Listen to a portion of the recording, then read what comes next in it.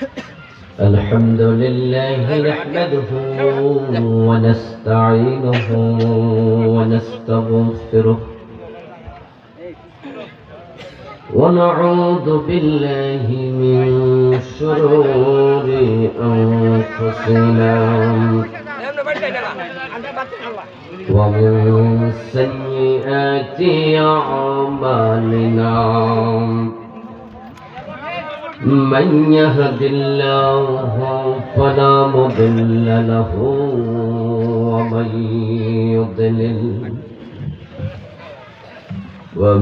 يضلل فلن تجد له وليا مرشدا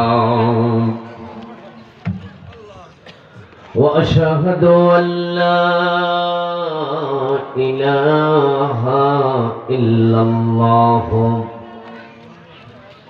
وأن محمدا عبده ورسوله أما بعد فقد قال الله تعالى في كلامه المجيد সকলে আমার সাথে পড়ুন আউযু বিল্লাহি মিনাশ শাইতানির রাজীম বিসমিল্লাহির রহমানির রহিম واعبدوا الله ولا تشركوا به شيئا وبالوالدين إحسانا وبذي القربى واليتامى والمساكين والجار ذي القربى والجار الجنب والصاحب بالجنب وابن السبيل وما ملكت أيمانكم إن الله لا يحب من كان مختالا فخورا قال النبي صلى الله عليه وسلم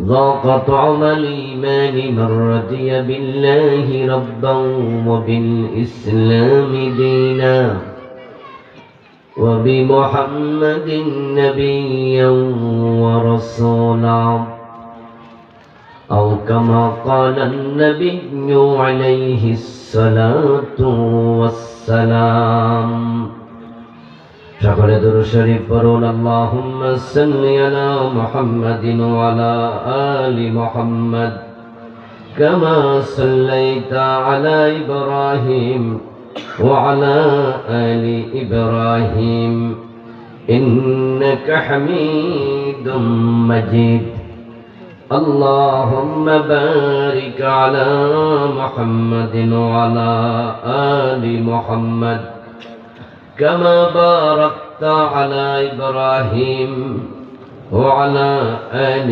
إبراهيم إنك حميد مجيد اللهم صل وسلم وبارك عليه খালফার বাজার সমাজ কল্যাণ যুব সংগঠনের উদ্যোগে আয়োজিত আজকের এই চমৎকার দ্বিতীয় বার্ষিক তাফসীরুল কোরআন মাহফিলের সম্মানিত সভাপতি মহতারাম হাজী মোহাম্মদ ডাক্তার আব্দুল হাই সাহেব, সহসভাপতি মহতারাম মৌলানা ইলিয়াস হামিদি সাহেব, আমার আগে অত্যন্ত চমৎকারভাবে আলোচনা উপস্থাপন করেছেন ঐতিহাসিক ভালো মসজিদ। কি কি মসজিদ? না, পাগলা টাগলা বলা এটাই বাবা কেমন হয়ে যায় না? এই নাম শেষ করা উচিত। আরে কোটি কোটি টাকা যে মসজিদে ওঠে এটা পাগল করলে তাহলে ভালো করবেন কারা? বাংলাদেশে এসে বেশি টাকা কোথাও ওঠে নাকি? ঐতিহাসিক পাগলা মসজিদের সম্মানিত পেশ ইমাম, আমাদের সবারই প্রিয় মানুষ, বিশিষ্ট আলেম মুহতারাম মাওলানা মুফতি খলিলুর রহমান, আল্লাহ হুজুরের নেক হায়াত দারাজ করুন। মুহতারাম মাওলানা শফিকুর রহমান জালালাবাদী হাফিজাহুল্লাহ, মুফতি আব্দুল কাদের মশহুরি সহ অন্যান্য সম্মানিত আলোচকবৃন্দ, প্রধান মেহমান হিসেবে উপস্থিত আছেন আপনাদের এলাকার কৃতি সন্তান, গণমানুষের নেতা, জননেতা অ্যাডভোকেট জাহাঙ্গীর আলম মোল্লা। আল্লাহ তাআলা ভাইকে দ্বীনের খাদেম বানিয়ে দিন, দেশ জাতির আরো বেশি সেবা করার তৌফিক দিন। মহাজারা মোস্তফা কামাল ভাই, এই ইউনিয়নের সম্মানিত চেয়ারম্যান, আমার খুব প্রিয় মানুষ, তানভীর আহমদ ভাই সহ অন্যান্য সম্মানিত অতিথিবৃন্দ, উপস্থিত আছেন আপনাদের এই ওয়ার্ডের সম্মানিত মেম্বার, আমার খুব ক্লোজ মানুষ, কাছের মানুষ, যার জন্য আমি নিয়মিত দোয়া করি, ইয়াং ম্যান, প্রিয় ভাই নাজিম উদ্দিন। আল্লাহ তাআলা ভাইকে দিন জাতির বড় সেবক বানিয়ে দিন। উপস্থিত মুহতারাম উলামায়ে কেরাম, ইসলাম প্রিয় তাওহীদি জনতা, পর্দার অন্তরালের সতী সাধবী, সম্মানিতা মা ও বোনেরা, প্রিয় দিনী ভাইরা, আপনারা কেমন আছেন? আলহামদুলিল্লাহ, আমিও ভালো আছি। আল্লাহ আমাদের ভালো রাখুন, সুস্থ রাখুন, যতদিন বাঁচিয়ে রাখবেন ঈমানের সাথে বাঁচিয়ে রাখুন, বলুন আমিন। প্রিয় দিনী ভাইরা, আমি আপনাদের সম্মুখে পবিত্র কোরআন মাজিদ থেকে সূরাতুন নিসায়ের 36 নম্বর আয়াতে কারিমা তেলাওয়াত করেছি। নবীজি সাল্লাল্লাহু আলাইহি ওয়াসাল্লামের পবিত্র মুখনসৃত একখানা ছোট্ট হাদিস পাঠ করেছি। আল্লাহ তাআলা তৌফিক দিলে এখান থেকে কিছু কথা বলবো ইনশাআল্লাহ। কোরআনই আমাদের একমাত্র মুক্তির, আমাদের হেদায়াতের একমাত্র কিতাব, উপকরণ, মাধ্যম, পাথেয়। কোরআন যদি না থাকতো দুনিয়ায় শান্তি আসতো না। কোরআন যদি না মানে আখেরাতে মুক্তিও মিলবে না। বলতে পারেন তাহলে অমুসলিম বিশ্বে শান্তি কিভাবে আসে? ওরা তো কোরআন মানে না। পৃথিবীর এমন দেশও আছে যেখানে জেলখানা নাই, ও দেশের মানুষ কোনো অন্যায় করে না। ইউরোপে এমন দেশ আছে যেখানে মানুষ অন্যায় করলে স্বেচ্ছায় তারা আদালতে গিয়ে বলে যে আমি ভুল করছি, আমার শাস্তির আওতায় নেন। তারপরে আদালত তাদেরকে এমন ভাবে জেল দেয়, জেল দেওয়ার নিয়ম হলো জেল এত ছোট যে সব অন্যায়কারী একসাথে জেলে জায়গা হবে না, আর ওরা জেলখানায় বেশি লোক রাইখা রাষ্ট্রের টাকা খরচ করে না। আমরা তো অনেক ব্যাক। এই যে দেশে চোর ধরা পড়লে হেরে আপনারা কই দেন? জেলে দেন। এই তো কথা চেয়ারম্যান সাহেব। আচ্ছা, চোর কি ভালো মানুষ না খারাপ মানুষ? চুপ করে থাকলে কিন্তু বোঝা যাবে যে চুরি চিন্তা আছে অথবা চোরের পক্ষে আছে। তো বলেন, চোর ভালো মানুষ না খারাপ মানুষ? আচ্ছা, জেলে যাওয়ার পরে যে 6 মাস রাখলেন, খানার টাকা দিছেনি? বেড়া ঘর ভাড়া দিছেন? বিদ্যুৎ বিল দিছেন? তো খারাপ মানুষের পিছনে টাকা লাগালেন কেন? লজিক দেখেন। চোর খারাপ এ নিয়ে আমাদের কারো দ্বিমত নাই। তার পিছনে আপনি কত লক্ষ টাকা খরচ করলেন 6 মাসে? এই টাকাটা কার টাকা? ডেফিনেটলি আমাদের ট্যাক্সের টাকা, আমাদের ব্যাটের টাকা, জনগণের টাকা। আমরা তো কষ্ট করে টাকা কামাই কি চোরের খাওয়ানোর জন্য দিই না? তো সরকার সেখানে টাকা কেন বিনিয়োগ করবে? কোন কারণে করবে? এবার বলুন তো, চোরটা জেলে 6 মাস থাকার পরে কি আল্লাহর ওলি হয়ে বাইর হয় না ডাকাতি হয়ে বাইর হয়? লাভটা কি? এটা আরেক ক্ষতি নিশ্চিত। কেন এটা? ইসলামের বিধান দেখেন, চোর চুরি করেছে প্রমাণিত হয়েছে, ইসলাম দেখবে, ভেরিফাই করবে খাদ্যের অভাবে চুরি করছে নাকি অভ্যাসের কারণে করছে। ইসলাম আসলে হাত কেটে দেবে না। ইসলাম রাষ্ট্রপ্রধানকে বলেছে জাকাত ভিত্তিক অর্থ ব্যবস্থা চালু করো, তারপরে মানুষের অভাব দূর হবে, মানুষ আর অভাবে চুরি করবে না। কিন্তু চোরে শুনবে না ধর্মের কাহিনী, কিছু স্বভাবে চুরি করবে। ওদেরকে থামাতে হলে হাত কাটা শুরু করো। আর যখন দেখবে অভাবে চুরি করে, তখন ইসলাম তাকে হাত কাটতে বলবে না। রাষ্ট্রপ্রধানকে বলবে অভাব দূর করো, জাকাত দাও তাকে, জাকাত জাকাত। হযরত আলী তো রাষ্ট্রপ্রধান ছিলেন, 4 খলিফার 1 খলিফা। আলী কারামাল্লাহু ওয়াজহাহু বলেছেন, যদি রুটির অভাবে কোনো ব্যক্তি চুরি করে, তাহলে চোরের হাত না কেটে রাষ্ট্রপ্রধানের হাত কেটে দাও। কারণ যে জনগণের ক্ষুধার তাড়না কমাতে পারে নাই, ক্ষুধা দারিদ্র দূর করতে পারে নাই, রাষ্ট্রপ্রধান থাকার কোনো অধিকার তার নাই। এই জন্য আপনারা দেখেছেন হযরত ওমর যখন প্রেসিডেন্ট ছিলেন, অর্ধ দুনিয়ার খলিফা ওমর, মানুষ রাতের বেলায় ঘুমাতো, কিন্তু হযরত ওমর জনগণের খবর নেয়ার জন্য ঘোড়ার পিঠে চড়তেন, পায়ে হাঁটতেন, বেরিয়ে যেতেন।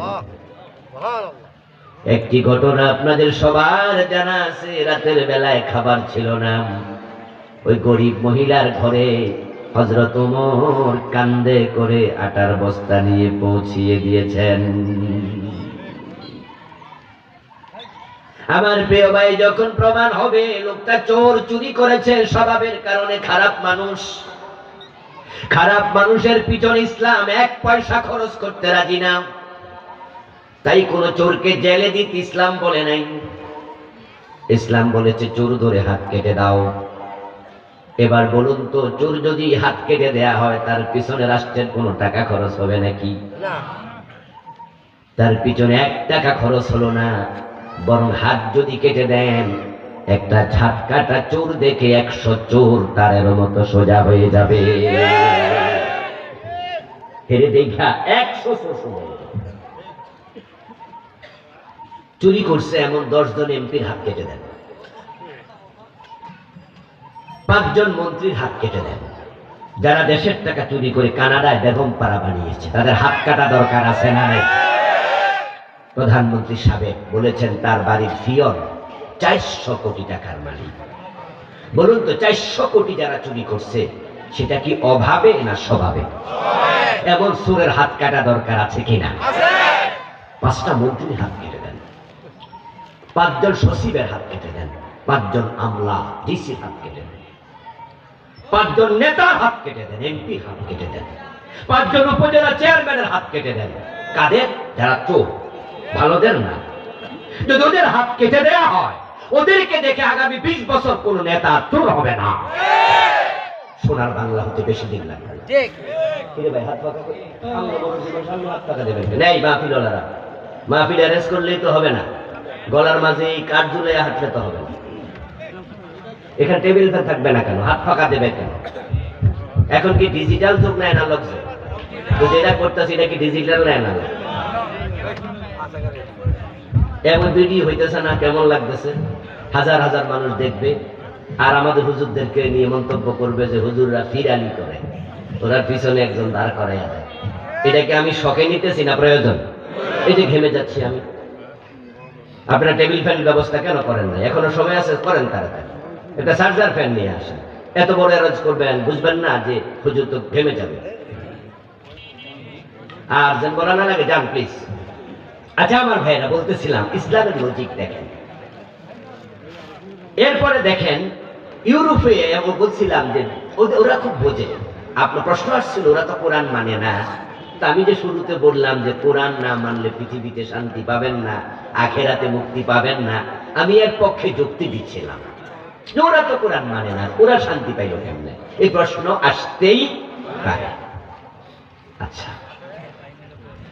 এমন দেশ জেলখানায় অপরাধী যাওয়ার পরে ওই আদালতে ধরা দেওয়ার পরে হাকিম বলে যে হ্যাঁ আপনার এই অপরাধের কারণে আপনাকে 20 দিন জেল দেয়া হবে, তবে জেলখানা আপাতত খালি নেই, এজন্য আপনি আগামী মাসে সুবিধা মতো সময় আইসা জেল খেতে দেয়। কথা বুঝবেন কিন্তু যে আপনি আগামী মাসে আসবেন, আপনি অমুক সময় আসবেন, আপনাকে 20 দিনে জেল দেয়া হলো, এসে খোঁজ নেবেন যে জেল খালি আছে কিনা, এসে আপনি জেল খেতে যাবেন। গাড়ি অ্যাক্সিডেন্ট করে মানুষ পিষ্ট হয়ে মরে যায়, অ্যাক্সিডেন্ট যেখানে করেছে ঠিক সেখানে গাড়ি দাঁড়াই থাকবে, ড্রাইভারও পলাবে না, গাড়িওয়ালা কেউ পলাবে না, ঠিক দাঁড়ায় থাকবে। পৃথিবীর অসংখ্য দেশ, আর আমার দেশে মাইরা দৌড়াবে। ঘটনাটা কি, কারণটা কি? কারণ দুটো। একটা হলো যিনি ড্রাইভার তিনি বেপরোয়া, আর একটা হলো পাবলিক, হেরা আরো বেপরোয়া। যদি মানুষ নিজের দোষেও মরে, পাবলিক এসে ড্রাইভারে ফিরে। একটা হলো বেপরোয়া গাড়ি চালায় সে মারে, এই জন্য ভয়, আমি অন্যায় করছি পলাই। আর একটা হলো পাবলিক পয়সা খুঁজবে না, আসলে যে গাড়ির তলে পড়ে মরছে দোষটা কি হের না ড্রাইভারের, না খুঁজে গাড়িতে আগুন লাগাই দেবে। কিন্তু পৃথিবীর অসংখ্য দেশ, আমি সৌদি আরবে যান, গাড়ি অ্যাক্সিডেন্ট করবে কেউ যাবে না, দাঁড়াই থাকবে। এবার আসেন আমার ভাই, তারা এইভাবে কেন তৈরি করলো কালচার? আল্লাহ তাআলা আমাকে ইউরোপ, আমেরিকা সহ পৃথিবীর অনেকগুলো দেশ সফরের সুযোগ দিয়েছে, আপনারা অনেকে গিয়েছেন। পৃথিবীর অনেক দেশে মন দেখেছি যেখানে মানুষ কখনো নিজের থুতুটাও রাস্তায় ফেলে না, টিস্যুর মধ্যে থুতু লইয়া তারপরে টিস্যুটা হাতে লইয়া ডাস্টবিনে। আর আমার দেশে চান্স পাইলে রাস্তার মাঝখানে প্রস্রাব করে শুধু থুতু। চাচা আর একটু নিচে নামছে, আমি একটু নিচে নামছি। চাচা কয় বড়টাও না কি করে কলার সিল্কা খেয়ে ফেলে দিলেন, আরেকজন পিছল খায়া পা ভাঙলে আপনার কি আসে যায়? এবার আপনাদের কাছে আমি আসতে চাই, ইউরোপে, আমেরিকায়, যদিও মুসলিম দেশে যদি সভ্যতা গড়ে উঠতে পারে, আমরা পারি নাই। এবার বলুন তো, তাদের এই ভালো ভালো আমলগুলোর কথা আল্লাহর কোরআনে আছে না নাই? তো কোরআন নাই সে দেশে কইল কেডা?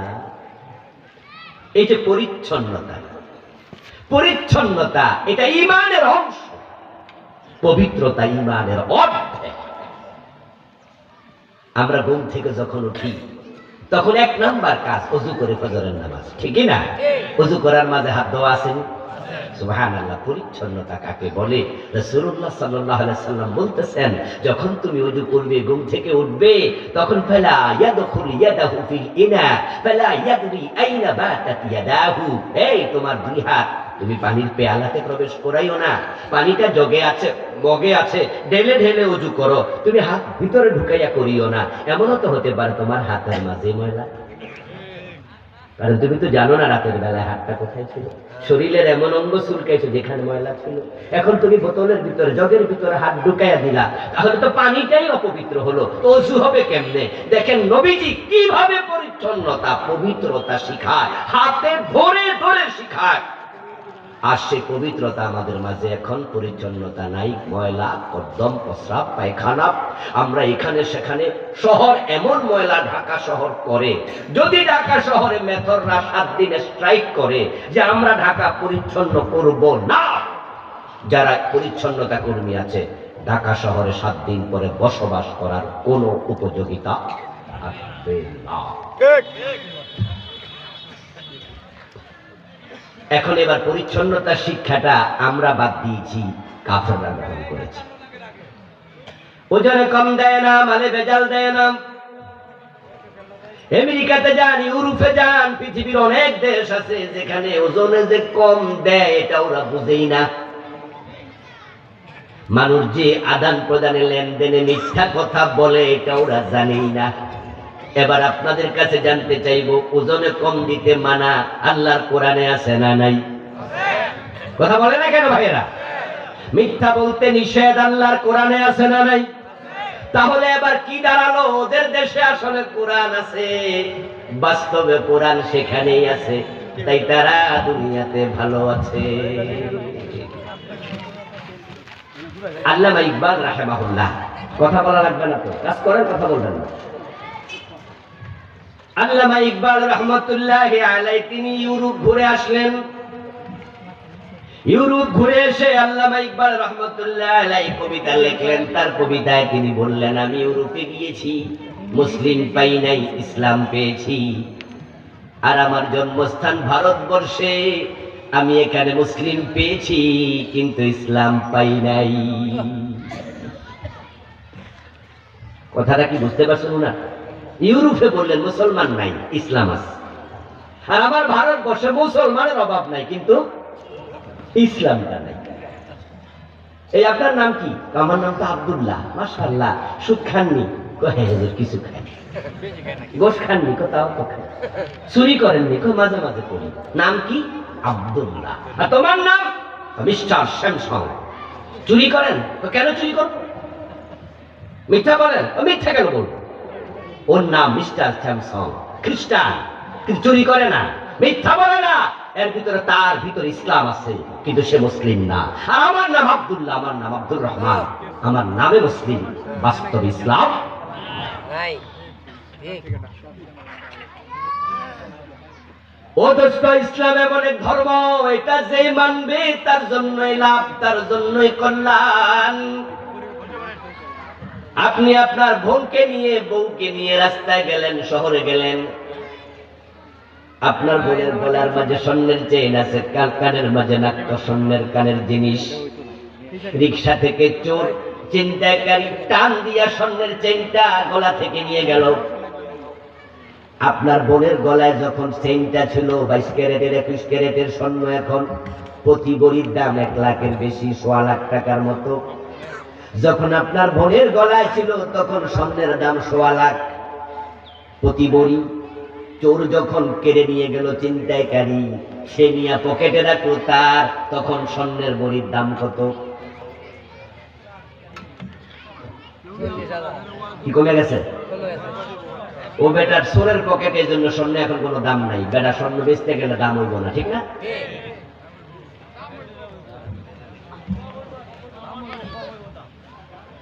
কি মনে হয় বলুন তো?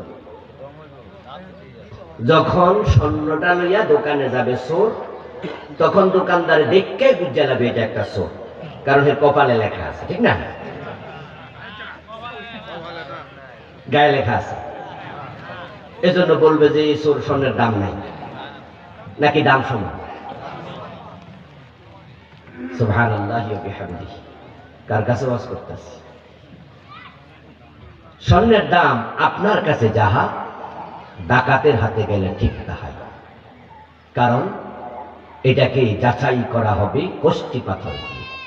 কোন পীর সাহেব নিয়ে গেছে তা দেখে মূল্য হবে না, মূল্য হবে কষ্টি পাথরের ঘষা দিয়ে। স্বর্ণের ক্যারেট 22, তার দাম 22, ক্যারেট 21, তার দাম 21, ক্যারেট 20, তার দাম 20, ক্যারেট 18, তার দাম ঠিক 18। ক্যারেটে যা লেখা, ক্যারেটের দাম আন্তর্জাতিক মান, সেটা সেখানে তাই হবে। কে বিক্রি করতে গেল, স্বর্ণ চোর না ডাকাত নাকি পীর সাহেব, ওটা নয়। পীর সাহেব যদি স্বর্ণ নেয়, এটা ইমিটেশন হয়, তখন স্বর্ণের ভরির দাম কত হবে?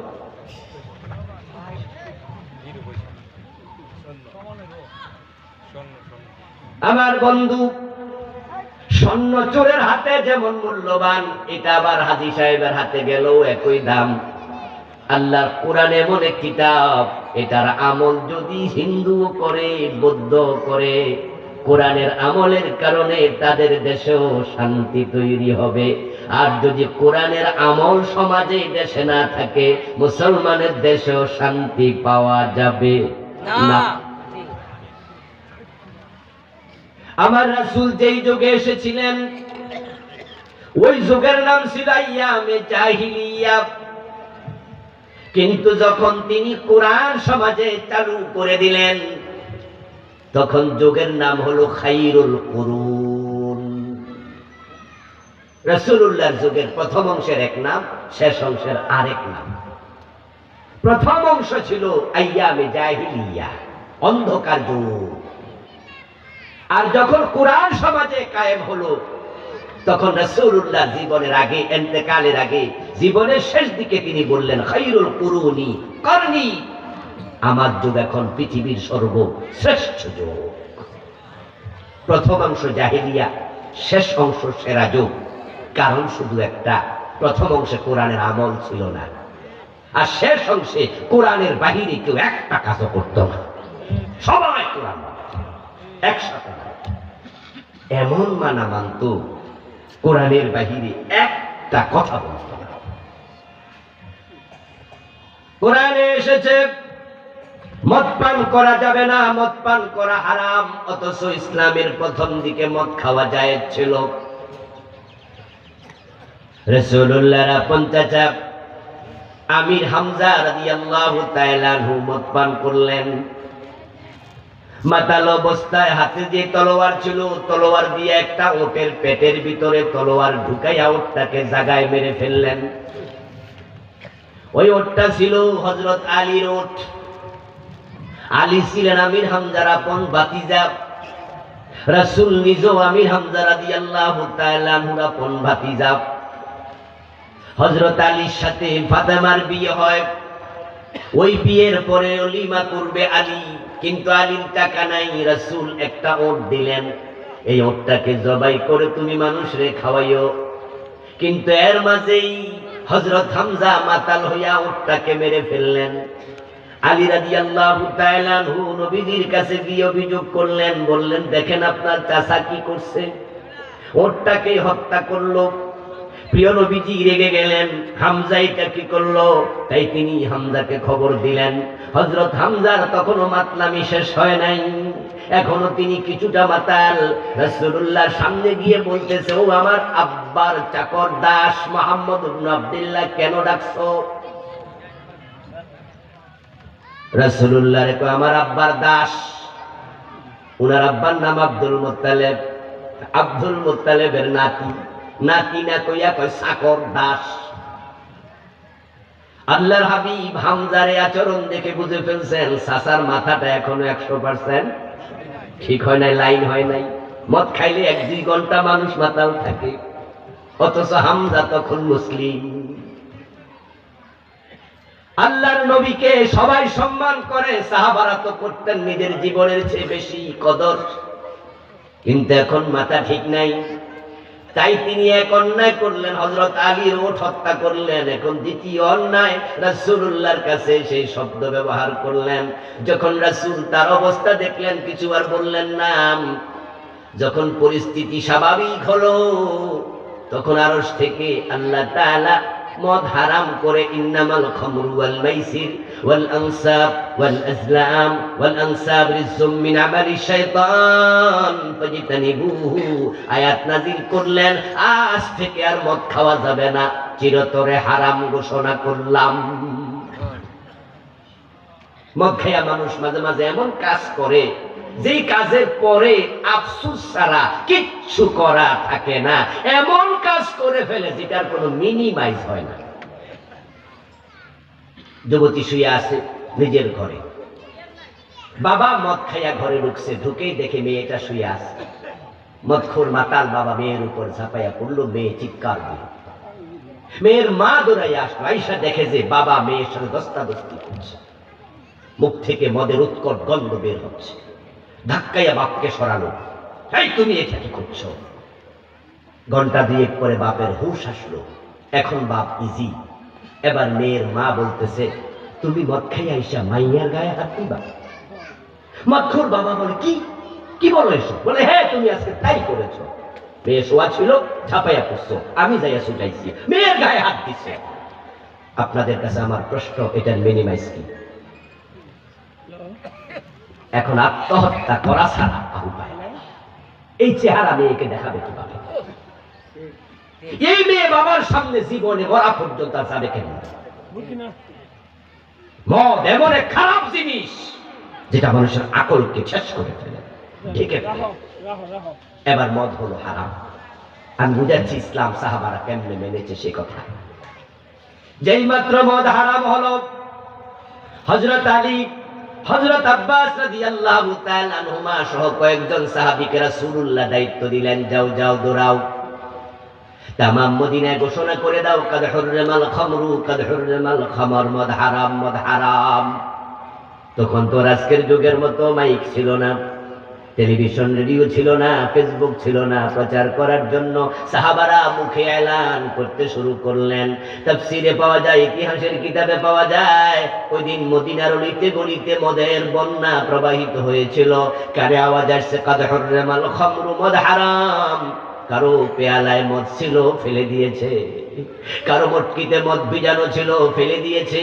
কারো কারো মদ খাওয়ার জন্য হাতে নিয়েছে, পান করে নাই আর ফেলে দিয়েছে। কেউ কেউ মুখে নিয়েছেন, কানে আওয়াজ আর গিলেন নাই, ফেলে দিয়েছে। এমন ঘটনাও ঘটেছে, কেউ কেউ মাত্র খেলেন, কানে আসছে মদ হারাম, সাথে সাথে মুখের ভিতরে আঙ্গুল ঢুকাইয়া বমি করেছে। মরা পর্যন্ত আর কোন সাহাবী মদ পান করেন নাই। ইসলামের বিধান আসছে, সাথে সাথে মানুষ, এজন্য এটা যুগের নাম খাইরুল কুরুন হয়েছে। আপনাদের কাছে আমার প্রশ্ন, বাংলাদেশের মুসলমানের ছেলে অথচ মদ খায়, এমন আছে না নাই? করিমগঞ্জে আছে না নাই? তো তাদের ইসলাম মানা আর আমাদের ইসলাম মানা ফারাক দেখেন। রাসূলুল্লাহ সাল্লাল্লাহু আলাইহি ওয়াসাল্লাম হিজরতের পর তিনি 16 মাস অথবা 17 মাস নামাজ পড়েছেন মসজিদ আকসার দিকে ফিরে। কিন্তু নবীজির অন্তরে বড় তামান্না, যদি আমার কিবলা মসজিদে হারাম হতো, যেটা আমার বাবা ইব্রাহিম তৈরি করেছেন, মনে মনে বাসনা, কিবলা যদি মসজিদে হারাম হতো আমার ভালো লাগতো। মদিনা থেকে মসজিদে হারাম হলো দক্ষিণ দিকে, মসজিদে আকসা হলো উত্তর দিকে, মদিনা মাঝখানে। প্রিয় নবী নামাজ পড়ছেন জোহর অথবা আসর, হাদিসে দুরকম পাওয়া যায়। দুরাকাত শেষ, আত-তাহিয়াতু পড়লেন, বাকি দুরাকাতের জন্য দাঁড়ালেন। এর মাঝে ওহী নাযিল হলো, ফাওয়াল্লি ওয়াজহাকা শাতরাল মসজিদিল হারাম, ও নবী আপনার চেহারা কাবার দিকে ফিরান। বাকি আছে কয় রাকাত? 2 রাকাত। পড়লেন কয় রাকাত? 2 রাকাত। আয়াত আসলো নামাজের মাঝখানে। এখন তিনি তো ফিরে আসেন অলরেডি উত্তর দিকে, মসজিদে হারাম তো দক্ষিণ দিকে, পিছনে তো সাহাবারা দাঁড়ানো, জামাতের নামাজ। এবার নামাজের ভিতরে যদি তিনি ফিরেন দক্ষিণ দিকে, উত্তর দিক থেকে দক্ষিণ দিকে ফিরলে সাহাবারা তো সামনে পড়ে যাবে যারা পিছনে ছিল। এখন একটা পেছলাই গাজাইতে পারে। তাই রাসূলুল্লাহ মনে মনে ভাবতে পারতেন, এই ওয়াক্ত শেষ হোক, সামনের ওয়াক্ত থেকে কাবার দিকে ফিরবো। কিন্তু না, আদেশ আসতে দেরি, রাসূল কাবার দিকে ফিরতে 1 সেকেন্ড দেরি করেন নাই। আল্লাহর আদেশ মানতে দেরি করা যায় না। আল্লাহর হাবিব নামাজের ভিতরে মসজিদে হারামের দিকে ফিরে গেলেন।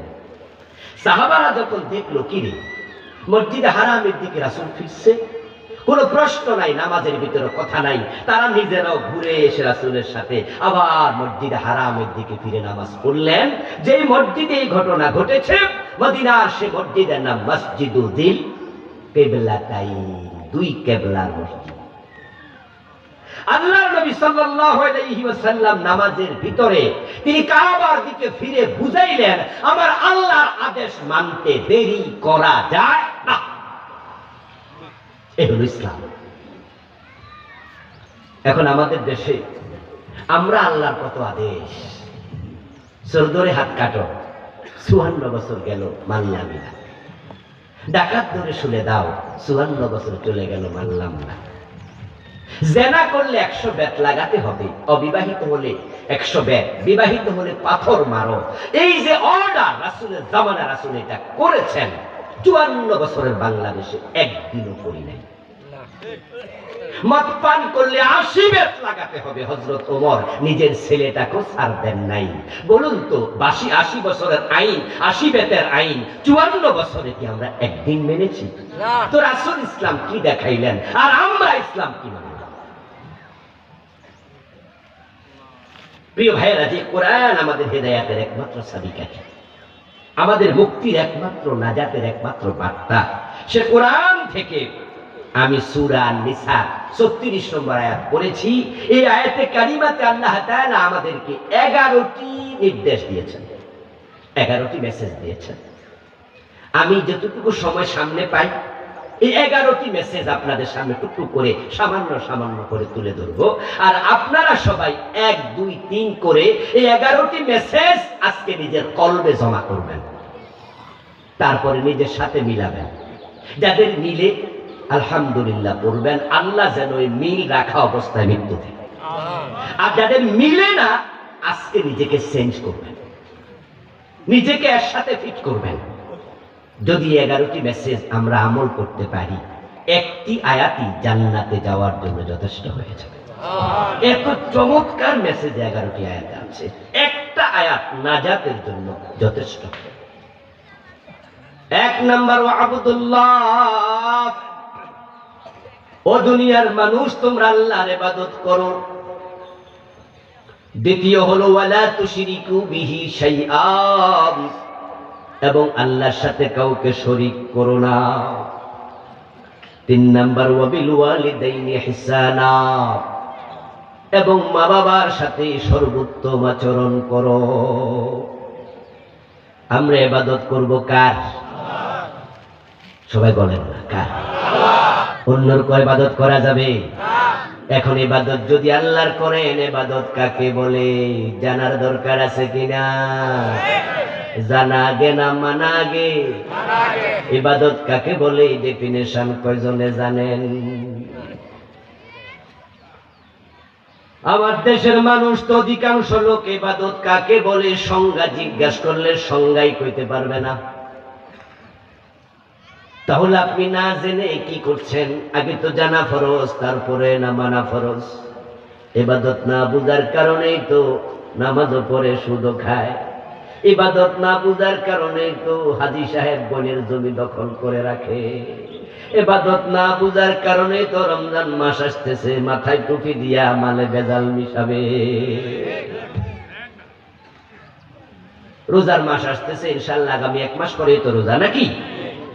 দেখবেন যে এখন থেকে দ্রব্য মূল্য বাড়তে থাকবে, এবং যে বড় বড় দোকানদাররা স্টক করবে, জমাবে, দ্রব্য মূল্য বৃদ্ধি করবে, তারাই গরিবের পেটে লাথি মারবে। এই গরিব রোজাদারকে শান্তিতে রোজা রাখতে দেবে না, যে তারা 4টা ভালো করে খাইয়া একটু স্ট্রেংথ এনার্জি হাসিল করে রোজা রাখুক না। তাদেরকে পেটে লাথি মারবে, উপাস রাখবে, অর্ধেক খাওয়াইয়া রাখবে। এমন রোজাওয়ালা বাংলাদেশে গ্রাম অঞ্চলে পাবেন, যারা ইফতার করার জন্য ইফতারি পাবে না, শুধু চাল বের করে হাতের তালুতে রেখে বুড়ি আঙ্গুল দিয়া চাপ দিয়া ময়লা সরাইয়া শুধু চাল দিয়া পানি খাইয়া ইফতার করে, এমন গরিব মানুষও আছে। এখন বুটের দাম বাড়বে, তেলের দাম বাড়বে, ডিমের দাম বাড়বে। যারা বাড়াইয়া পকেট মোটা করবে, হেরাই আবার দেখবেন কিশোরগঞ্জ বাজারে মানুষের ডাইকে ইফতার করাবে।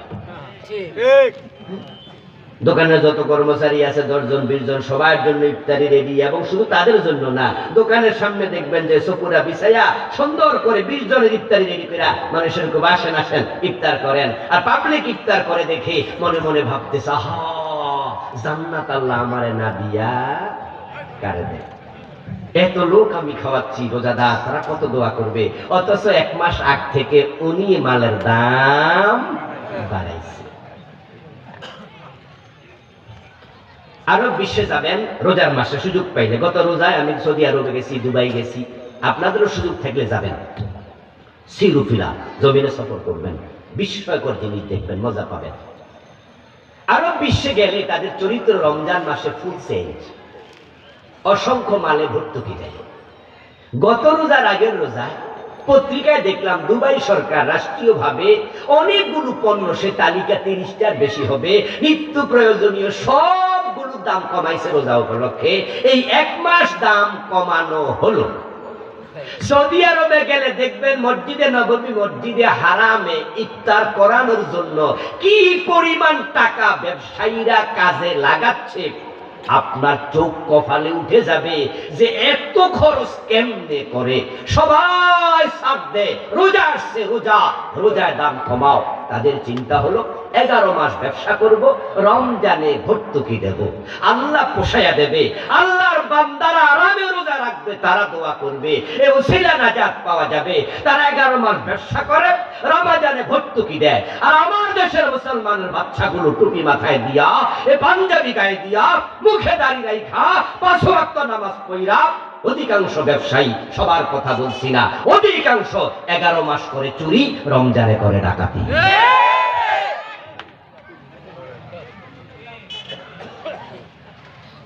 কারণ সে ইবাদত বোঝে না।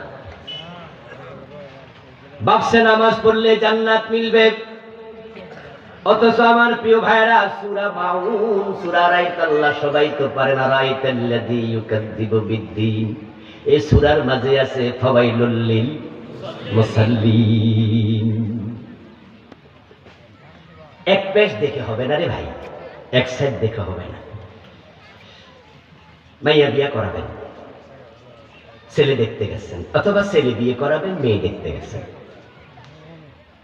দেখলেন যে মেয়েটা ঘোমটা দিয়ে আছে, ঘোমটা এভাবে এক সাইড সে মুখ ঢেকে রেখেছে, এই সাইড দেখা যায়, এই সাইড দেখাচ্ছে, আর আপনি এই সাইড দেখে দেখেন যে মাশাআল্লাহ গাল কি ফর্সা এবং খুবই মোলায়েম, কোন স্পট নেই, মেয়েটার চেহারা এত সুন্দর। আপনি এক সাইড দেখছেন আর মনে মনে বলছেন আলহামদুলিল্লাহ, আল্লাহ আমার পোলার ভাগ্য এত ভালো, এই মেয়ে তো ঘরে তুলে নিলে আমার ঘর জ্বলবে, আলোকিত হয়ে যাবে।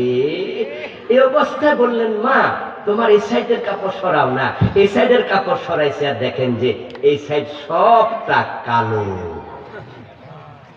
এসিডে জ্বলসে গেছে। আপনি যখন ওটুকু দেখবেন, বিয়ের সিদ্ধান্ত সাথে সাথে প্রত্যাহার, কোন রকম এক গ্লাস পানি খেয়ে পরে চলে আসবেন, ঠিক নয় কি দোস্ত?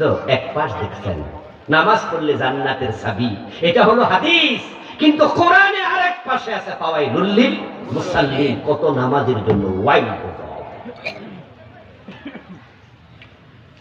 নামাজ জান্নাতের চাবি হবে তাদের জন্য যারা ইবাদত বুঝে নামাজ পড়বে, যারা ইবাদত বুঝে না তাদের কিসের নামাজ, কিসের রোজা?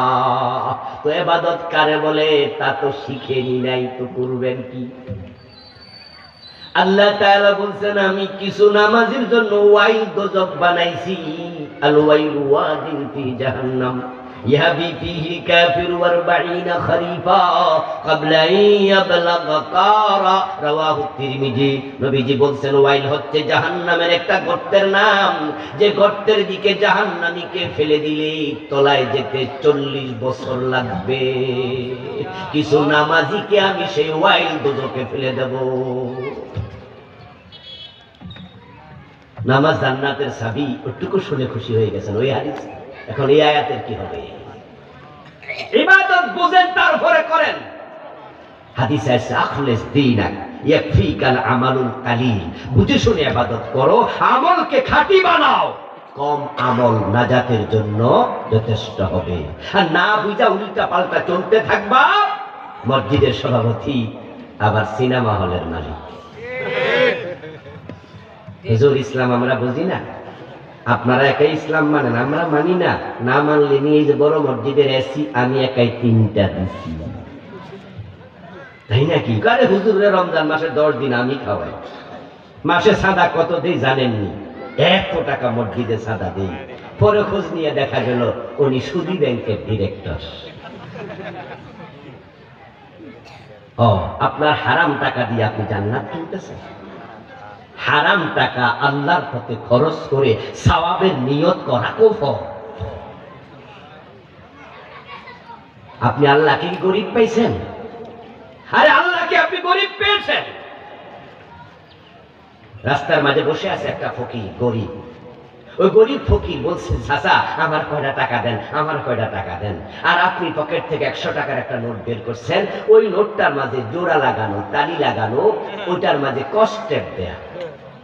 আপনি বললেন যে ফকির ভাই আমার কাছে তো টাকা নাই, 100 টাকার নোট একটা আছে, তো মাঝখানে বরাবর তালি লাগানো, এখন এটা নিবানি। ফকির মনে মনে কয় না না আছে, নেওয়া ভালো। যদি কই নিমু না তাহলে তো 1 পয়সা পাইলাম, আর যদি এটা নেই তাহলে 50 টাকা বেচলো তো আমার লাভ, আর 40 বেচলো লাভ, টাকায় আমাকে চালাইতে পারলেই লাভ। কিন্তু এই টাকাটা দোকানদারকে দিলে নিব? দোকানদার বলবে মাল রেখে যান, এসব টাকা চলে না, সরেন।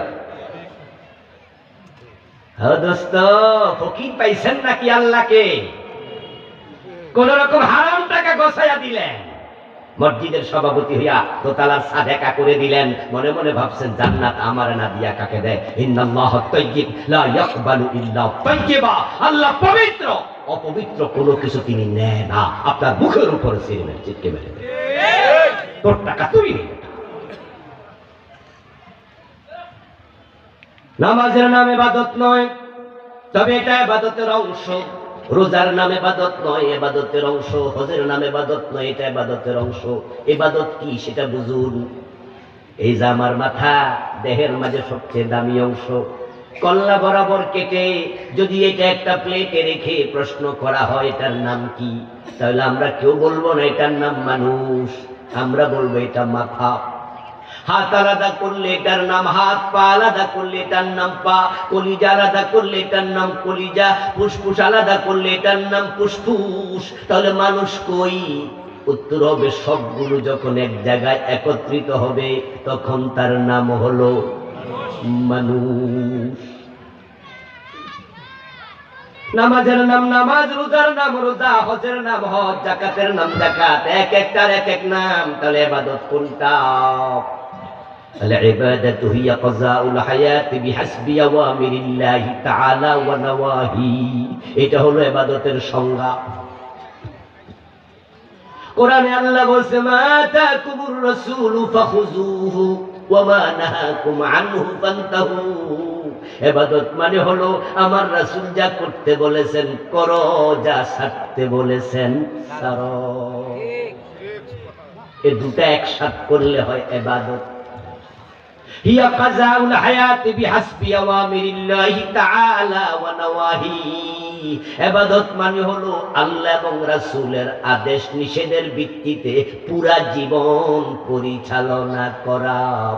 টয়লেটে ঢুকতে ইবাদত আছে না নাই? বাম পা দিয়া ঢোকো, ডান পা দিয়া বের হও। এবং তুমি টয়লেটের ভিতরে গিয়ে কাপড় তোলা দিও, মানুষ যেন সতর না দেখে। তারপরে নির্দিষ্ট দোয়া পড়িও। এবার বলুন তো, ঘুমানোর সময় রাসূলের নির্দেশনা আছে না নাই? কোন কাতে ঘুমাবেন, কোন দোয়া পড়বেন। খাওয়ার সময় ইসলামের আইন আছে না নাই? কোন জায়গায় নাই? সব জায়গায় রাসূল যা বলেছেন তা মানার নাম ইবাদত, যা তিনি ছেড়েছেন তা ছাড়ার নাম ইবাদত। এবার বিয়ে শাদীর সময় কি ইবাদত নাই? ব্যবসায় কি ইবাদত নাই? রাজনীতি যখন করবেন, নবী মুহাম্মদ যেভাবে করেছেন, দেশ চালাইছেন কোরআন দিয়া, তাই কোরআন দিয়া দেশ চালানো এটাও একটা ইবাদতের বড় অংশ।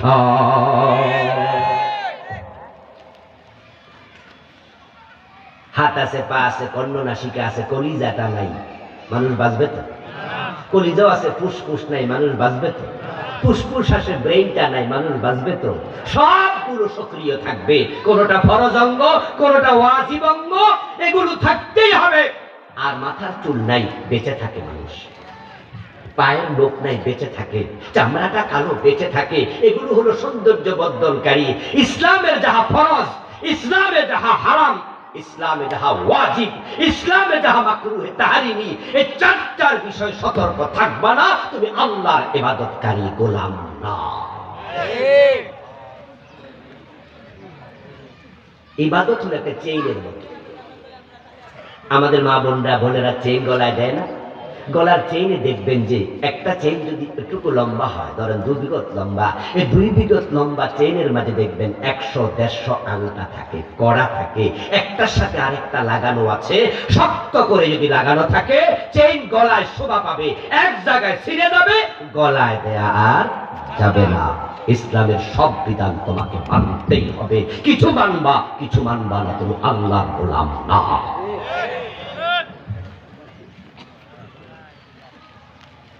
সুদে টাকা লাগাইয়া সুদ খাইয়া জান্নাত খুঁজেন, কোন সাহস? কোন সাহস? নবীজি বলছেন যে ব্যক্তি সুদ খায় তার আমল নামায় 73টা গুনাহ দেয়া হয়। বড় বড় সবচেয়ে ছোটটা হলো মায়ের সাথে জানা। কোন জান্নাত খুঁজে? এই জন্য আসুন প্রিয় ভাইয়েরা, ইবাদতটা শিখেন। কোরআন হাদিসে যা আছে সব মানেন, নিষিদ্ধ কাজগুলো ছেড়ে দেন, ফরজগুলো আঁকড়াইয়া ধরেন, হারামগুলো ছেড়ে দেন। এখন কোনটা ফরজ কোনটা হারাম, এই জন্য এলেম শিখা দরকার আছে না নাই? আরে যদি আমাদের রাষ্ট্রে 71-এ যখন দেশটা স্বাধীন হয়, তখন আমাদের সিলেবাসে আল্লাহর কোরআনটা ঢুকাইয়া দিত, রাসূলের হাদিসটা ঢুকাইয়া দিত। স্কুল কলেজ ইউনিভার্সিটি মাদ্রাসার মতো সব জায়গায় 100 নাম্বার কোরআন, 100 নাম্বার হাদিস, অঙ্ক বাংলার মতো কম্পালসারি করা হতো। তাহলে আপনারা আমার সামনে যারা আছেন, ডানে বামে যারা আছেন, একজনও বাকি থাকতো না। আপনি হারামগুলোও চিনতেন, ফরজগুলোও জানতেন, কিন্তু সিলেবাসে কোরআন হাদিস নাই, যার কারণে এমএ পাস, বিএ পাস, নামাজের 13টা আরকান আহকাম ফরজই অনেকেই জানে না। তায়াম্মুমের 3টা ফরজ জানে না, নামাজের 14টা ওয়াজিব জানে না। ইসলামের কত বিধান আছে ফরজ আবশ্যক। এই যে পরের অংশ হলো ওয়ালা তুশরিকু বিহি শাইয়া, আল্লাহর সাথে শিরিক করিও না, 2 নম্বর অর্ডার। এবার বলুন তো, শিরিক থেকে বাঁচতে হলে শিরিকগুলো চিনা দরকার আছে না নাই? সিলেবাসে কোরআন নাই, হাদিস নাই, যার কারণে কত আল্লাহর বান্দা শিরিক করে, এ জানেই না এটা শিরিক। অথচ একটা শিরিক করলে ঈমান শেষ। এই যে সামনে নির্বাচন আসতেছে, আমাদের অসংখ্য আল্লাহর বান্দা, আমাদের নেতারা এই মাইক হাতে নিয়ে মুশরিক হবে, বেঈমান হবে, বেঈমান, ঈমান শেষ করে ফেলবে। আরে সব শেষ। যে শিরিক করে আল্লাহ জান্নাত হারাম করে, এই নেতা আইসা মুশরিক হবে মানুষের সামনে, আপনারাও মুশরিক হবেন ওনাকে সাপোর্ট করে। সে একটা শিরকি স্লোগান যেটা বাংলাদেশে অ্যাভেলেবেল, সেটা হচ্ছে জনগণ সকল ক্ষমতার উৎস। এই কথাটা আমাদের নির্বাচনের সময় দারুণভাবে প্রচার করে। আপনারা বলুন তো একটু আওয়াজ করে, যারা যা বোঝেন তাই বলেন, আওয়াজ করে একটু বলিয়েন, সকল ক্ষমতার উৎস কি মানুষ না আল্লাহ? আসলে ক্ষমতা কার হাতে? এই কথাটা আপনি কেন করলেন? কোন কথা? আপনি বলবেন এরকম কথা যে ভাইয়েরা, আমি আপনাদের এলাকার সন্তান, এলাকা থেকে নির্বাচন করছি, আমি আশা করছি আপনারা আমার সাপোর্ট করবেন, ইনশাআল্লাহ আপনাদের দোয়া থাকলে, সাপোর্ট থাকলে আল্লাহ আমাকে এমপি বানাবে। বানাবে কে? আল্লাহ। ক্ষমতা কে দেবে? আল্লাহ। কিন্তু আপনি কি বললেন? জনগণ সকল ক্ষমতা। সব বাবারে কয় কি রে, কয় কি, কয় কি? আন্নাল কুওয়াতা লিল্লাহি জামিআ, ও নবী বলুন সকল ক্ষমতার মালিক হলেন আল্লাহ।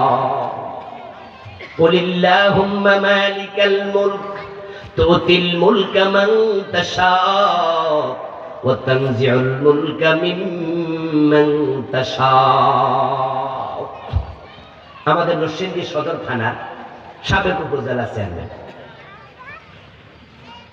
বিএনপির লোক, অনেক জনপ্রিয় নেতা, আমার এক মাহফিলে বসা। এই ওয়াজ শোনার পরে উনি যখন বক্তৃতা দিলেন, উনি আসতে লেট করছিলেন, এজন্য শুরুতে বক্তৃতা না দিয়া শেষে দিলেন। উনি বললেন যে আমি এটা জানতাম না, আজকে তওবা করলাম, আজকের পর থেকে এই কথা আমি আর বলবো না। আমি ভাইকে দোয়া করলাম যে ভাই, এই যে নেয়ার মতো মন আছে, মানুষ না বুঝে ভুল করতে পারে, কিন্তু তাওবা করলে আল্লাহ পছন্দ করে, ঠিক না? জনগণের ক্ষমতা দেওয়ার কোনো সুযোগই নাই। এই যে নাই, এটা তো আমরা 5 তারিখে কিছু টের পাইছি। ক্ষমতা যে আল্লাহ দেয়, আল্লাহ চাইলে কেড়ে নেয়। এই 2টা 5 তারিখে আল্লাহ তো চোখে আঙ্গুল দিয়া দেখাইছে। আমাদের সাবেক প্রধানমন্ত্রী, উনার সাথে কি পরিমাণ পাওয়ার ছিল বলুন তো? সেনাবাহিনী উনার, পুলিশ বাহিনী উনার, র্যাব উনার, বিজিবি উনার, আনসার উনার, আর একটা চৌকিদার থেকে সেনা প্রধান। এই 15টা বছর দলীয় পরিচয় ছাড়া কাউকে নিয়োগ দেয় নাই। 100 জন দিলে 99 জন দিছে উনার দলের। পুরা জাতিকে এতটা কোণঠাসা করছে, কথা বলার মতো সাহস কারো নাই। উনার আদেশ শুনা হেলিকপ্টার থেকে পর্যন্ত গুলি চালাইছে, ঠিক না? গুলি বাবারে বাবা, বড় বড় টাকাকে বলে। আচ্ছা, এরপরও ক্ষমতা থাকতে পারছে না। ক্ষমতা কার হাতে? জোরে বলেন, কার হাতে? আমার চাচা থামেন, ক্ষমতা কার হাতে? আপনি ভাবতেও পারবেন না, আমরাও কিন্তু কল্পনা করি নাই যে ক্ষমতা থেকে চলে যাবে, ঠিক না? আচ্ছা, সালমান এফ রহমান একটা হেলিকপ্টার একা ওনার বাড়ির ছাদ থেকে লইয়া পালাইয়া যাওয়ার মতো পয়সা ওনার নাই, কিন্তু উনি কিন্তু 5 তারিখেও জানতেন না যে অবস্থা এরকম হতে যাচ্ছে। যদি জানতেন তাহলে দাড়ি মারি কামাইয়া এত রিস্ক নিয়ে পালানো দরকার ছিল না, ঠিক না ভাই? উনি কি লাগে নাকি? উনি কি এরকম দাড়ি মারি কামাইয়া এত রিস্ক নিয়ে নৌকা টোকা সইরা গামছা গামছা কাট দিয়ে দরকার আছে? উনি তাকে হেলিকপ্টারকে ইশারা দিলে এসে ওনার বাসার ছাদের উপর নামতো। উনার পার্সোনাল হেলিকপ্টার আছে, ব্যাপার না ওনার জন্য। যারা জানেন তারা বোঝেন, উনার জন্য এটা কোনো ব্যাপার না। কিন্তু ব্যাপারটা হলো উনিও জানতেন না, বুঝতে পারেন নাই যে এত সাজানো বাগান আল্লাহ এক মুহূর্তে শেষ করে দেবে। যে ওয়াকারকে উনি বিশ্বস্ত আস্থাভাজন জেনে ওনার সেনাবাহিনীর প্রধান বানালেন এবং তিনি সাবেক প্রধানমন্ত্রীর আত্মীয়। ও বেটা এসে বলে, ম্যাডাম 45 মিনিটের বেশি সময় নাই, তাড়াতাড়ি যা।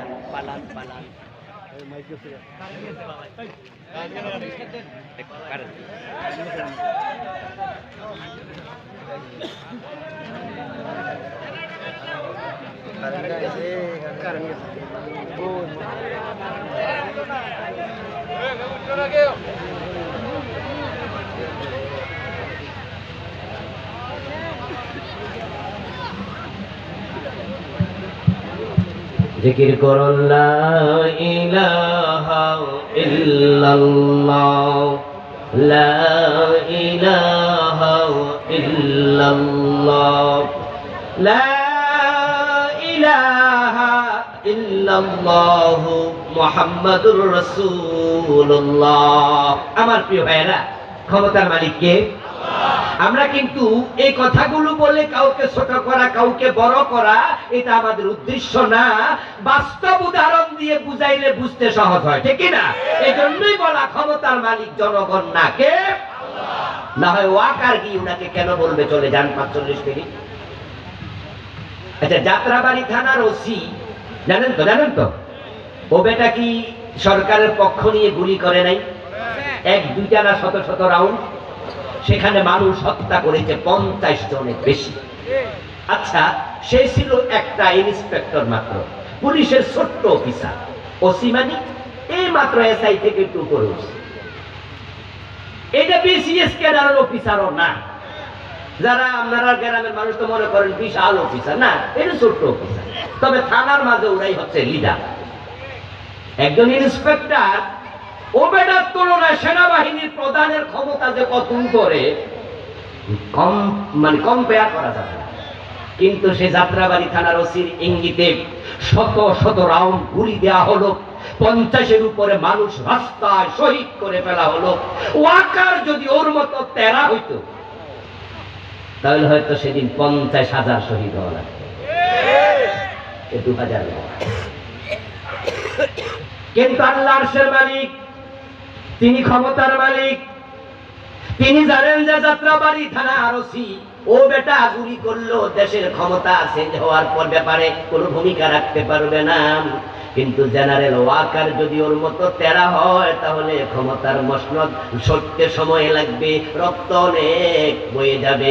কিন্তু আল্লাহ তাআলা ওয়াকারের অন্তরটাকে ওই যাত্রাবাড়ি থানার ওসির মতো করেন নাই, বরং তার অন্তরে এমন একটা ভাব ঢুকাইছে, যা যা তুই জানাইয়া দে, প্রধানমন্ত্রীর নিরাপত্তা তুই দিবি না, ম্যাডাম চলে যান চলে যান। তাকে ধমক দিল, তারপরও সে শুনল না। পরে প্রধানমন্ত্রীও বলতে পারতেন আমি যাব না, বঙ্গবন্ধুর মেয়ে কেন যাব, দরকার হলে আমি দেশে শাহাদাত বরণ করব, দেখি আমারে কে মারে, তাহলে ভিন্ন কিছু হতে পারত। কিন্তু তিনিও এক কাপড় পইরা এত তাড়াতাড়ি গেলেন, রান্না করা খাবার খাইয়া পলানোর টাইম নাই। রান্নলো কেডা, খাইল কেডা, এবং কাপড় যেটা পরনে ছিল সেটা পইরা উনি চলে গেছে, আরেকটা কাপড় নেয়ার টাইম নাই। এই হলো আল্লাহ যাকে চায় ক্ষমতা থেকে সরায়। আর ডক্টর ইউনূসের দিকে তাকান, 5 তারিখে বেটা কি কল্পনা করতে বড় চেয়ারে বসবে? স্বপ্নেও দেখে নাই।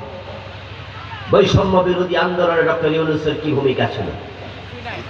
সিটে পাঠাও ছিল, এক ফোঁটা পানিও, যেটা সমুদ্রের জলরাশি থেকে এক ফোঁটা পানিও না, আন্দোলনে তার কোনো ভূমিকা নেই। সে দেশে ছিল না, বিদেশে ছিল। বরং তিনি যা স্বপ্ন দেখেছেন আগে, সেটা হলো জেল যে কয় বছর হয় আল্লাহ জানে।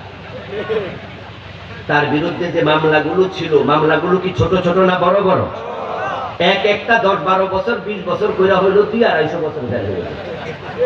যে উনাকে যখন আদালতে নেওয়া হয়, তখন আদালতে লিপ বন্ধ করে দিয়েছে, পায়ে হেঁটে আটতলায় তুলেছে, বেজ্জতি করে বুঝাইছে নোবেল লরিয়েট, আমাদের কাছে তুমি কিচ্ছু না, অপেক্ষা করো, কয়দিন পরে টের পাইবা ঠেলা কারে কয়। ডক্টর ইউনূস হয়তো বাসায় বসে বসে ভাবতো, কি পরিমাণ বেজ্জতি আমাকে হওয়া লাগে জানা নাই, কত বছর জেল হয় জানা নাই, আমি বিদেশ থেকে আসবো না, পালিয়ে থাকবো, ফেরারি আসামি বানাইয়া বাংলা সকল পত্রিকার হেডলাইন হবে ডক্টর ইউনূসের 150 বছর সাজা। লজ্জা কাকে বলে? আমার যে কি হয় জানি না, আসমানের মালিক বলে না, তোমাকে সবচেয়ে বড় চেয়ারটাতে বসাবো। ছাত্ররা আন্দোলন করে সফল হওয়ার পরে উনার মোবাইল নাম্বার সংগ্রহ করে বলছে, স্যার প্লিজ দয়া করে একটু মেহরবানি করে আসেন, একটু বসেন। উনি কি শখ করছিল? নো, সবাই মিলে ডাকছে। আল্লাহ হচ্ছেন ক্ষমতার মালিক। তবে হ্যাঁ, আবার ডক্টর ইউনূস যদি মনে করে ক্ষমতা আমার আল্লাহ দিছে, যা ইচ্ছা তাই করবো, প্রধানমন্ত্রী শেখ হাসিনাকে সরাইছেন যে আল্লাহ, সে আল্লাহ এখনো আছে না নাই? তাই আবার ধাক্কা মেরে সরাই দিব। এই জন্য আমরা যারা ভবিষ্যতে ক্ষমতা যেতে চাই, আমরাও যেন সোজা হইয়া যাই, ঠিক না? না হয় কিন্তু এই বিপদ আমাদের কাঁধেও আসবে। তবে একটা কাজে বাদ হইছে, সেটা হলো ইন ফিউচার ইনশাআল্লাহ আমরা আশা করি আমাদের জীবদ্দশায় একটা পরিবর্তন আমরা দেখব। কারণ যারাই সরকারে আসে, বৈষম্য বিরোধী আন্দোলনের কথা মাথায় রাখা লাগবে। পোলাপান এখন অন্যায়কে ছাড় আর দেবে না। আপনাদেরকে তাই বলবো, অন্যায়কে ছাড় দেওয়া দরকার আছে নাকি? মুসলমান তো অন্যায়কে প্রতিরোধ করে। এই চিন্তার নাম ইসলাম, এটার নামই জিহাদ। শুধু তলোয়ার হাতে নিয়ে হাঁটার নাম জিহাদ নো, এটা জিহাদের একটি অংশ। ওয়াবিল ওয়ালিদাইনি ইহসানা, আল্লাহর পরে বলে শোনো, আল্লাহ বলেন যে তোমাদের মা বাবার সাথে ভালো আচরণ করো। মা বাবার সাথে সর্বোচ্চ আচরণ হবে। মা বাবার সন্তুষ্টির উপরে আল্লাহর সন্তুষ্টি নির্ভর করে।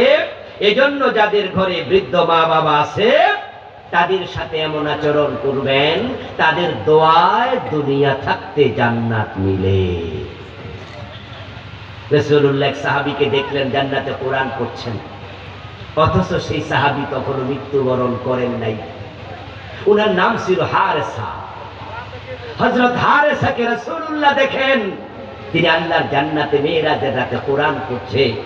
আল্লাহর নবী দুনিয়ায় এসে হারেসাকে ডাকলেন, হারেসা জান্নাতে কোরআন পড়ছো, কি আমল করো? হারেসা বিন নোমান বললেন, বুড়া মায়ের সেবা করি, তাকে নিজ হাতে খাওয়াই, গোসল দেই, তার গায়ে তেল মেখে দেই। নবীজি জবাব দিলেন, ঠিক বলেছো, কাযালিকুমুল বির, কাযালিকুমুল বিররু, কাযালিকুমুল বীর। যারা মা বাবার সাথে এমন আচরণ করে, মায়ের দোয়ায় দুনিয়ায় থাকতে জান্নাত মিলে যায়। বাবার সাথে সর্বোত্তম আচরণ করবেন। আল ওয়ালিদু আওসাতু আবওয়াবিল জান্নাহ, নবীজি বলেছেন বাবা হচ্ছে জান্নাতের সবচেয়ে বড় দরজা। ফজরের টাইমে মসজিদে চলে যান, শীতের মাঝে জান্নাত খুঁজছেন, মসজিদে জান্নাত নাই। 5 লাখ টাকা খরচ করে মক্কায় চলে যান হজ করতে, মক্কায় জান্নাত নাই। নবীজি বলছেন, আল জান্নাতু তাহতা আকদামিল উম্মাহাত, জান্নাত আছে তোমার মায়ের পায়ের নিচে। সাহাবী জিজ্ঞাসা করলেন, ইয়া রাসূলুল্লাহ, আমি তো মা বাবার খেদমত করতে চাই, আপনার কাছে আমি জানতে চাই তাদের কি কি হক আমার উপরে আছে। আমার রাসূল কোনো তালিকা দেন নাই, শুধু এক শব্দে জবাব দিলেন, হুমা জান্নাতুকা ওয়া নারুকা, তারাই তোমার জান্নাত, তারাই তোমার জাহান্নাম। দুইজনকে খুশি করো, জান্নাত মিলে যাবে। আর তারা যদি অসন্তুষ্ট থাকে, 1000 রাকাত তাহাজ্জুদ পড়েও জান্নাত পাওয়া যাবে না। মা বাবার সাথে এমন কোন আচরণ করবেন না যা করলে তাদের মনে কষ্ট পায়। এমন আচরণ করবেন না যাতে তারা উপ শব্দ বলতে হয়। এমন কোন বিহেভিয়ার করা যাবে না যাতে তাদের মন থেকে বদদোয়া আসে। মা বাবা এমন দুজন মানুষ, বিনা কারণে বদদোয়া দিল, বদদোয়া কবুল হয়ে যায়। বিনা কারণ দিলে কবুল হয়, এমনটা আমার আর কারো ব্যাপারে জানা নাই। আপনি পীর সাহেব হুজুরের গায়ে ধাক্কা খেলেন, হুজুর হেঁটে যাচ্ছে, আপনি পাশে হাঁটছেন, লাগছে ধাক্কা, বুড়া হুজুর তো কাই ধুইয়া গেছে কইরা, আর হুজুর বলল, এই বেটা তোর উপর আল্লাহর গজব করে, এই বেটা তুই ধ্বংস। আপনি মনে মনে ভাবছেন শাস্তে কাম, উপায় আর নেই। আরশের মালিক তাকাইয়া দেখবে, এই যে ধাক্কাটা লাগছিল ওই যুবক কি ইচ্ছা কইরা দিছিল, নাকি ভুলে দিছে, নাকি খেয়াল করে নাই, নাকি অনিচ্ছা সত্ত্বে। আরশের মালিক পিশাব কইরে কবুল করে না। তিনি ছেলের জন্য আছে, তিনি শ্বশুরের জন্য, বাবার জন্য আছে, তিনি বৌমার জন্য আছে, তিনি শাশুড়ি মার জন্য আছে, তিনি আদেল, সবাইটা তিনি দেখে, তারপরে সিদ্ধান্ত নেন। তিনি দেখছেন পিশাব হুজুরের বদদোয়াটা ভুল ছিল, বদদোয়া আল্লাহ নেবে না। কিন্তু বাবা যদি এ বদদোয়া দেয়, আল্লাহ তখন আর দেখে না কেন দিছে। মা যদি বদদোয়া দেয়, আল্লাহ দেখে না কেন দিছে। এই দুইজনের বদদোয়া বিনা কারণে কবুল হয়ে যায়। নাউজুবিল্লাহ। সহিহ বুখারীতে রাসূল জুরাইজ নামে এক আল্লাহর বান্দার উদাহরণ দিয়েছে। বনি ইসরাঈলের লোক, বড় আল্লাহর ওলি ছিল, মায়ের বদদোয়া সে বেজ্জতি হয়ে যায়, চরম বেজ্জতি।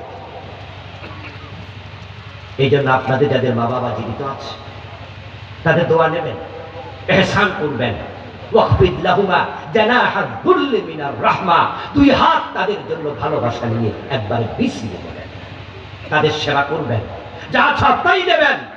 এক সাহাবী জিজ্ঞাসা করেছিল, ইয়া রাসূলুল্লাহ, আমার বাবা আছে, আমার সন্তান আছে, আমার সম্পদ আছে, কিন্তু আমার বাবা শুধু টাকা টাকা টাকা করে, কি করব, কত দেব? রাসূল জবাব দেন, আনতা ওয়া মালুকা লি আবিকা, ও আল্লাহর বান্দা, হিসাব করো না, কত দিবাই প্রশ্ন করো না, তুমি এবং তোমার সম্পদ সবটার মালিক তোমার বাবা।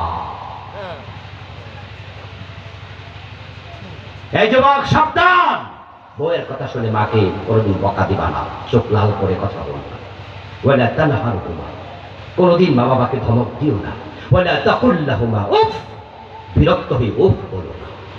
মা বাবা বুড়া হয় তো, বুড়ো মানুষ, বুড়ো হলে বুঝ কমে, একই কথা বারবার বলে, খাইয়াও বলে খাই নাই, না খাইয়া কয় কি খাইছি খাইছি এখন খামো না। আপনি জোর করে খাওয়াবেন তো ধমকাচ্ছেন, না খাইলে কিন্তু না। আদব আদব, বিনয় বিনয় বিনয় বিনয়। তাদের সামনে যত ছোট হওয়া যায়, যাই বলুক মাথা পেতে নাও, চুপ করে থাকো। ভুল বলেছে, ভুলটাকে সাদরে গ্রহণ করো, আল্লাহ খুশি হয়ে যাবে। রেদাল ওয়ালিদাইন, রেদাল রব ফি রেদাল ওয়ালিদাইন ও সাখাতুর রব ফি সাখাতি। তারা খুশি, আল্লাহ খুশি, তারা বেজার, আল্লাহ বেজার।